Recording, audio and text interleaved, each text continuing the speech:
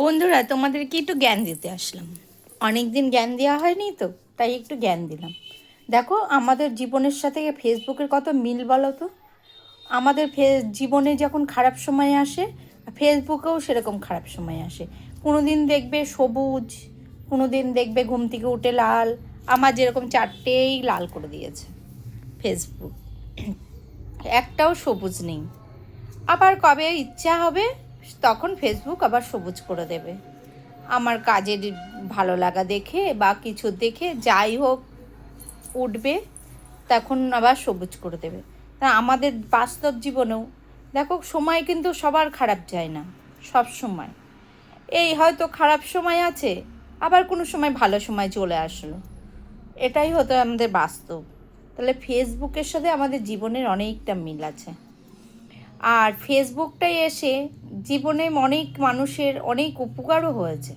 টাকা না আর্নিং হোক, জীবনে আনন্দ করে বাঁচাটা যাবে।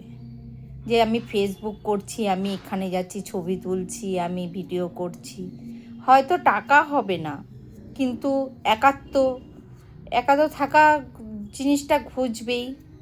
5জনের সাথে বন্ধু হবে। আমার জীবনেই দেখো না, আমার কোনো বন্ধু ছিল না, আমি কোনো জায়গায় যেতাম না, আমি বাড়িতেই বসে থাকতাম।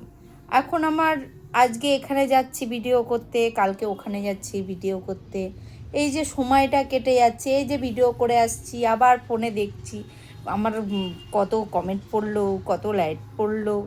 এটাও একটা মানে সুখের দিন, এটাও একটা ভালোর দিক। হ্যাঁ, তা আমাদের সুখ দুঃখ নিয়েই আমাদের জীবন। সেরকম ফেসবুকও আমাদের সাথে সুখ দুঃখের সময়টাই কাটায়। কোনো সময় লাল করে দেবে, কোনো সময় সবুজ করে দেবে, সবুজ হয়ে যাবে, কোনো সময় এঙ্গেজমেন্ট কমিয়ে দেবে, কোনো সময় বাড়িয়ে দেবে।